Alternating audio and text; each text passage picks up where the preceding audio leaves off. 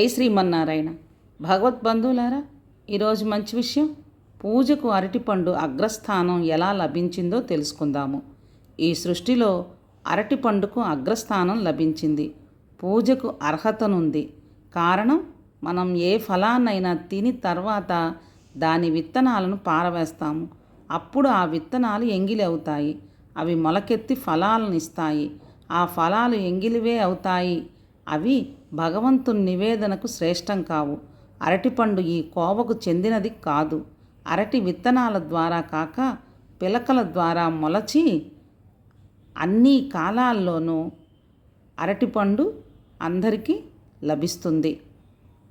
అందుకే ఎంగిలి అరటిపండుకు అంటదు, ఆపాదింపబడదు. అరటి చెట్టు జీవిత కాలంలో ఒక్కసారి అరటికాయలను ఇస్తుంది. అలా వచ్చిన అరటిపండును దేవునికి సమర్పిస్తున్నాము. జన్మలలో మానవ జన్మ దుర్లభం.